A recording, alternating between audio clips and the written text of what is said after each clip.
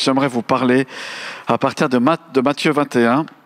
Un épisode extraordinaire, un épisode assez fou, peut-être un peu hystérique sur les bords, mais ça, parce qu'on est suisse, on dit ça, c'est l'entrée de Jésus à Jérusalem. Il est rentré plein de fois à Jérusalem, évidemment, mais là, il se trouve qu'il y a quelque chose qui se passe, puisqu'il rentre en roi, en serviteur, pas vraiment aux yeux des hommes, mais il rentre en roi glorieux et magnifique. C'est dans Matthieu 21, 1 à 11. Et on pourrait juste résumer ce texte, puis après on va le lire en entier, par le verset qui est une citation. « Dites à la fille de Sion, voici ton roi vient à toi, plein de douceur et monté sur un âne. » Donc comment est Jésus ici dans ce texte? C'est une prophétie qui s'accomplit. Il est un roi, il est ton roi, il vient à toi, et il est plein de douceur, avec l'idée comme ça du berger, n'est-ce pas? Un berger qui fait du bien à ses brebis. Donc notre roi, il vient à son peuple, il vient à Sion, à la fille de Sion, à Israël d'abord, et à nous aussi, plein de douceur. Et il est monté sur un âne.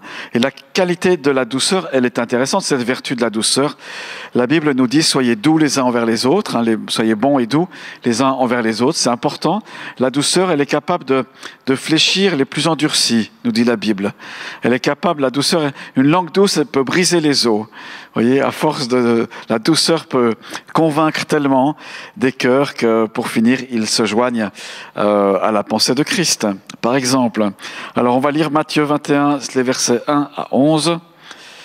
« Lorsqu'ils s'approchèrent de Jérusalem et qu'ils furent arrivés à Bethphagée, vers le mont des Oliviers, Jésus envoya 2 disciples en leur disant « Allez au village qui est devant vous, vous y trouverez tout de suite une ânesse attachée et un ânon avec elle. Détachez-les et amenez-les-moi. Si quelqu'un vous dit quelque chose, vous répondrez « Le Seigneur en a besoin. » Et à l'instant, il les laissera aller. Verset 4. Or, ceci arriva afin que s'accomplisse ce que le prophète avait annoncé. Dites à la fille de Sion, voici ton roi qui vient à toi, plein de douceur, et monté sur un âne, sur un ânon, le petit d'une ânesse. Les disciples allèrent faire ce que Jésus leur avait ordonné. Ils amenèrent l'ânesse et l'ânon, mirent leurs vêtements sur eux, et Jésus s'assit dessus. Une grande foule de gens étendirent leurs vêtements sur le chemin, d'autres coupèrent des branches aux arbres et en jonchèrent la route. Ceux qui précédaient et ceux qui suivaient Jésus criaient « Hosanna au fils de David ! Béni soit celui qui vient au nom du Seigneur ! Hosanna dans les lieux très hauts !» Lorsqu'il entra dans Jérusalem, toute la ville fut troublée. On disait « Qui est cet homme ?» La foule répondait, c'est Jésus, le prophète de Nazareth, en Galilée. Voilà, donc il y a un moment assez fou qui se passe là. On peut bien l'imaginer, ceux qui ont peut-être vu des photos ou même qui ont pu aller sur place, on voit très bien le mont des Oliviers, on voit très bien, c'est toujours la même architecture à Jérusalem. On voit très bien par où Jésus a pu passer et ce qui a pu se passer là. Donc voyons ce texte verset par verset, puis peut-être ce qu'il peut nous dire à nous, individus, et aussi en Église, et l'Église dans son ensemble aussi. Donc j'ai dit tout à l'heure que le verset 4, c'était une prophétie. Elle se trouve dans Zacharie 9,9. Ton roi vient à toi, juste et victorieux, humble et monté sur un âne. Donc des fois, il y a un petit peu des différences entre ce que les évangélistes prennent comme citation et le texte de l'Ancien Testament chez nous, parce qu'ils avaient une autre version en fait. Ils avaient la version dite des Septante, qui était en grec. Donc ils puisent dans la version traduite et puis ils mettent la version. Pour ça qu'il y a des petites différences avec le français. Par exemple. Et puis, il cite aussi le mot Hosanna, on y reviendra tout à l'heure. Hosanna au fils de David, béni soit celui qui vient au nom du Seigneur. Hosanna dans les lieux très hauts, là aussi la foule chante et elle cite ce qu'elle connaît, elle puise dans l'Ancien Testament la richesse des proclamations qu'elle fait dans ce jour-là. Dimanche passé, j'ai parlé de la fin des temps et que l'attitude du chrétien se résumait à une chose, à veiller et prier. Plutôt 2 choses, veiller et prier. Et en fait, Jésus là, on est juste avant l'entrée à Jérusalem. C'est avant qu'il donne ces choses sur la fin des temps. Il va les donner à ses disciples et puis à plusieurs autres. Mais là, on est un petit peu avant. Donc, c'est pas chronologique, mais prédication. Je prends des événements clés comme ça et je les relève. Voilà, cette entrée qu'on dit triomphale de Jésus à Jérusalem. Qu'est-ce qui s'y passe? Voilà, le groupe de Jésus avec ses disciples s'approche de Jérusalem. Ils sont à Bethphagée. Ça existe toujours. Le mont des Oliviers, on en a parlé. Jésus envoie 2 disciples. Alors, une mission spéciale pour 2 disciples. Il leur dit, allez au village qui est devant vous, vous y trouverez tout de suite une ânesse attachée et un ânon avec elle. Donc ils doivent les détacher sans demander leur reste. Ils les prennent, on ne sait pas trop à qui c'est, mais si jamais le propriétaire était là, il leur donne une phrase entre guillemets magique qui va ouvrir son cœur. C'est pas magique bien sûr, le Seigneur en a besoin. Voilà, ne prétextez pas ça à votre patron demain matin. Si vous lui volez les classeurs et autres, le Seigneur en a besoin. Il va vous attendre à la pause pour vous tirer les bretelles. Voilà, mais là, il s'est trouvé que c'était la phrase qu'il fallait dire. Et à l'instant, il les laissera aller, promet Jésus. C'est ce qui s'est passé. Voilà, il y a des phrases comme ça qui ouvrent les cœurs. L'évangéliste Matthieu, ici au verset 4, on l'a dit, cite Zacharie 9,9, « Ton roi vient à toi ». Le peuple attend. Il y a une attente très forte à cette époque-là. Il n'y a pas seulement la Bible qui en parle, mais d'autres textes parlent qu'il y a une attente spéciale dans ce peuple. C'est comme si on est à l'approche de, je ne sais pas, dans certains pays, les élections revêtent un caractère très fort, très particulier dans certains pays aujourd'hui. Ben là, on a l'impression qu'il y a comme quelque chose, une attente très forte. C'est probablement le Saint-Esprit qui a attesté dans les cœurs de plusieurs que c'est un temps spécial, c'est le temps messianique, l'heure est venue, on pourrait dire ça comme ça, et les gens le savent. En tout cas, une partie des gens le savent. On ressent qu'il y a quelque chose qui va se passer. Peut-être comme si on se dit, tiens, peut-être cette nuit, il y a un orage qui va éclater. On le sent, c'est dans l'air. Là, les gens sentaient spirituellement, il y avait quelque chose de clé qui était là. À nous, Église de Dieu, d'être attentifs. Qu'est-ce que l'Esprit dit à l'Église aujourd'hui? Chacun peut l'écouter, chacun peut recevoir ce qui est chanté au ciel en ce moment. Jésus fait preuve d'humilité ici et non de domination. Il vient plein de douceur. Il vient pas avec une cohorte qui finalement annonce que le Messie triomphant est là et puis tout va se résorber d'un coup. Les Romains seront éjectés de Jérusalem et tout le monde fléchira le genou devant lui. Non, mais il vient humblement. Il laisse un peu faire les choses comme ça et il laisse finalement la foule chanter ce qu'elle a à chanter, poussée par le Saint-Esprit. Dieu agit souvent d'une manière différente de nos attentes. Sommes-nous prêts à accueillir son plan et nos idées préconçues? J'ai mis ça parce que on se pose la question des fois de pasteur, il sera quoi ce réveil qui vient? On sent qu'il y a un réveil qui vient, on sent qu'il y a des choses qui viennent. Alors on dit, tiens, au 19e siècle à Genève, il y a ça qui s'est passé. Les gens ont ouvert l'Épître aux Romains, quelques personnes, et ils ont été touchés comme ça, en lisant la Bible, convaincus de péché. Et puis, au réveil à Azusa Street, c'était les torrents du Saint-Esprit qui sont descendus si fortement que tout a tremblé. Enfin voilà, les gens ont tremblé et les réunions qui étaient là étaient sans direction particulière, sans présidence, et le Saint-Esprit présidait. C'était le réveil du pentecôtisme. Qu'est-ce qu'il y a eu? Il y a 20 ans, 25 ans en arrière, eh bien, il y a eu ce qu'on appelait le vin nouveau. Chose curieuse, personne s'y attendait vraiment. Quelques personnes étaient averties, des choses allaient se produire, mais elles ne savaient pas trop quoi. Et puis ça a surpris beaucoup de gens au point que c'était dur à croire que c'était le Saint-Esprit pour certains et certaines. Mais voilà, Dieu a agi dans ce moment-là avec beaucoup de guérison, beaucoup de restauration intérieure. Comment le Seigneur va agir dans le prochain réveil? Vous pouvez dire, mais il doit agir comme ça. Il faut qu'il vienne avec une ânesse et le petit, et un ânon. Peut-être pas, hein. Peut-être ça sera autrement. Et s'il bousculait les gens? Il semble que ce qu'on observe ces derniers temps, Et puis là, nous, évangéliques, il faut qu'on se gratte la tête, et qu'on se remette en question, parce qu'il semble que nos frères et sœurs dans les églises plus historiques ou traditionnelles vivent des choses très très fortes, ou de plus en plus fortes. Et on les regarde, et on voit ça. On dit, tiens, c'est bizarre, ces grands rassemblements. Vous avez peut-être vu ça mercredi des Cendres, dans l'église catholique, des grands rassemblements, en tout cas en France, des choses inédites qui se passent. Voilà, ça bouge. Est-ce que c'est un réveil? Ben, voilà, ça appartient à Dieu de le dire, mais s'il y a des fruits où il y a plus d'amour pour Jésus, alors c'est un réveil. S'il y a des fruits au point que les prêtres disent, et j'ai vu ça, il faut lire la Bible, quelqu'un en parlait jeudi soir passé, voilà, ben c'est quand même des signes de réveil extraordinaires. Alors regardons ce qui se passe à droite et à gauche, et ça sera peut-être différent de nos attentes. Bien sûr, on veut faire part, enfin être partie prenante de ce réveil. Il y a un réveil qui se passe là. Il y a un réveil. Les gens ne comprennent pas forcément tout, mais il y a un réveil puissant dans ce texte qui se passe. Donc la première partie ici, versets 1 à 5, c'est un roi qui est annoncé, qui est méconnu en même temps. Et puis les disciples mettent leurs vêtements sur les deux animaux, ils en mettent par terre et on coupe des branches pour faire comme un tapis rouge en quelque sorte là à Jésus. Et puis Jésus tranquillement il passe là à travers ça et les gens proclament donc des textes et des chants de l'Ancien Testament ici. La deuxième partie, les versets 6 à 9, donc la foule crie « Hosanna », ça signifie « sauve-nous ». Et là, l'évangéliste Matthieu, il n'a pas mis en grec, mais il a laissé l'hébreu, il a dit « on ne va pas traduire, on va laisser « Hosanna », donc ça veut dire « sauve-nous », une expression d'adoration inspirée du psaume 118, versets 25 et 26, et ça signifie littéralement « sauve », donc « sauve-nous » ou « sauve donc », il faut que tu sauves. Qu'est-ce que ça veut dire cette expression-là ?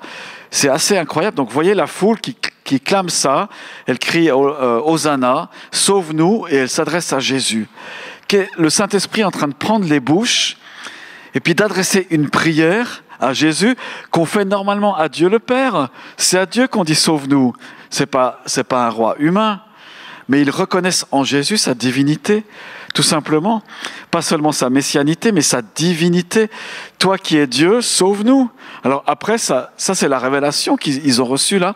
Après, c'est un peu plus compliqué. Il dit, c'était un prophète. Voilà, ça diminue un peu. Là, il raisonne peut-être au-delà de ce qui est juste. Mais ils disent, voilà, sauve-nous. Et ils font cette prière que normalement on fait à Dieu le Père. Sauve-nous, Père, au nom de Jésus. Et puis là, on prie Jésus, sauve-nous. Et ils reconnaissent, donc un peu forcés peut-être par le Saint-Esprit, mais sauve-nous.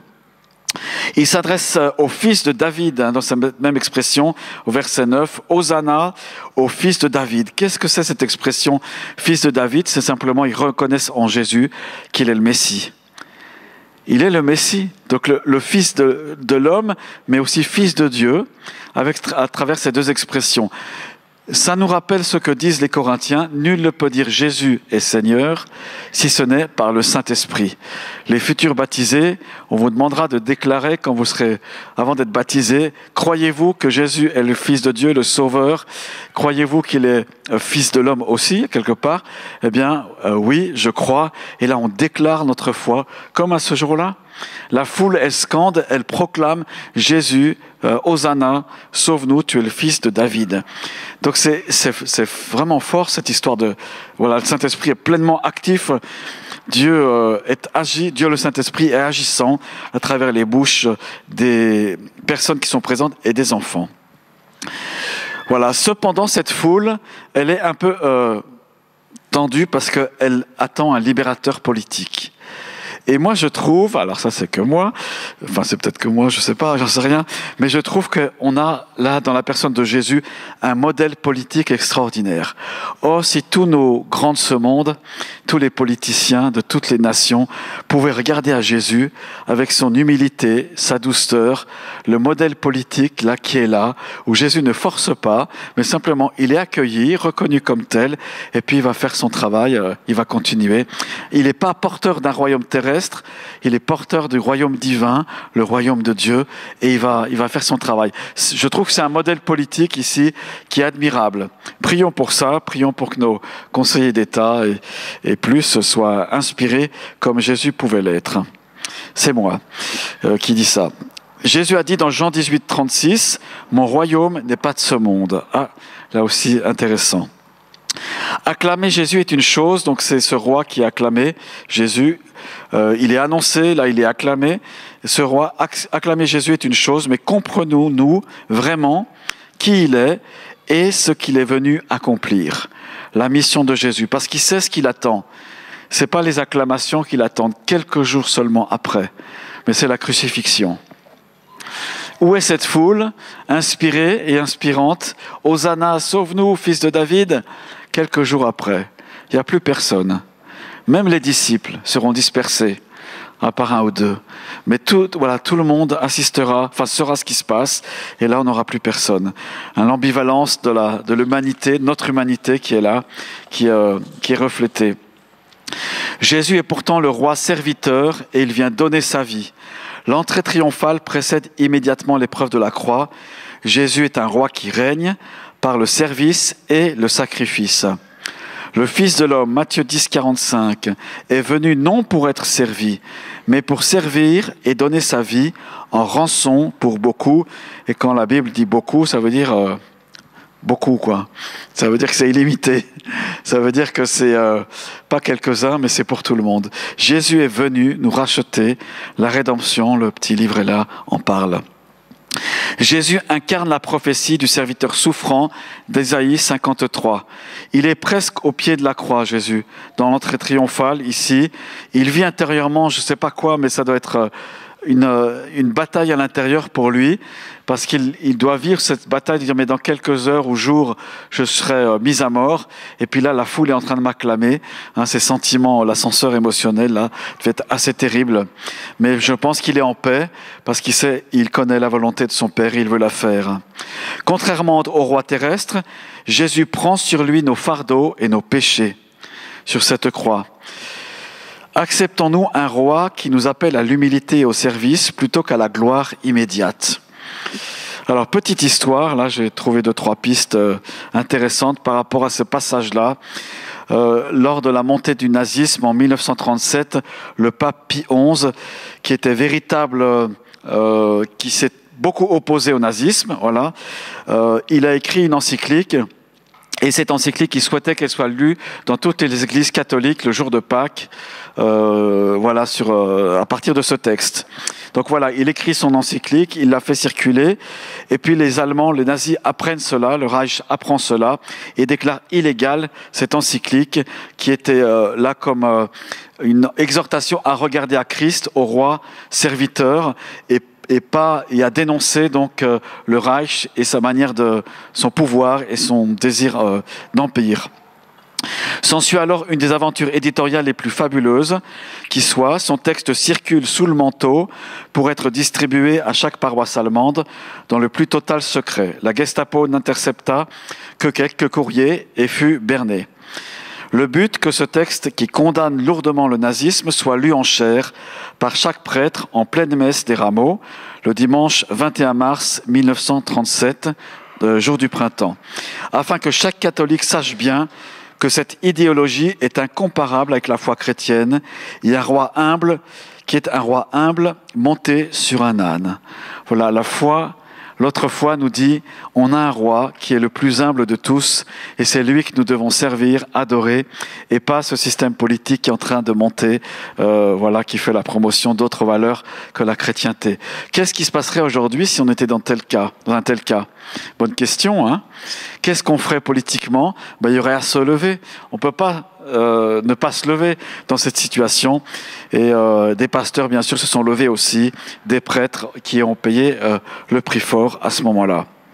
Jésus, notre roi, entre et veut entrer dans nos vies, veut entrer aussi dans nos cités, veut montrer sa gloire, certainement, mais surtout dans les cœurs. Comment accueillons-nous Jésus aujourd'hui?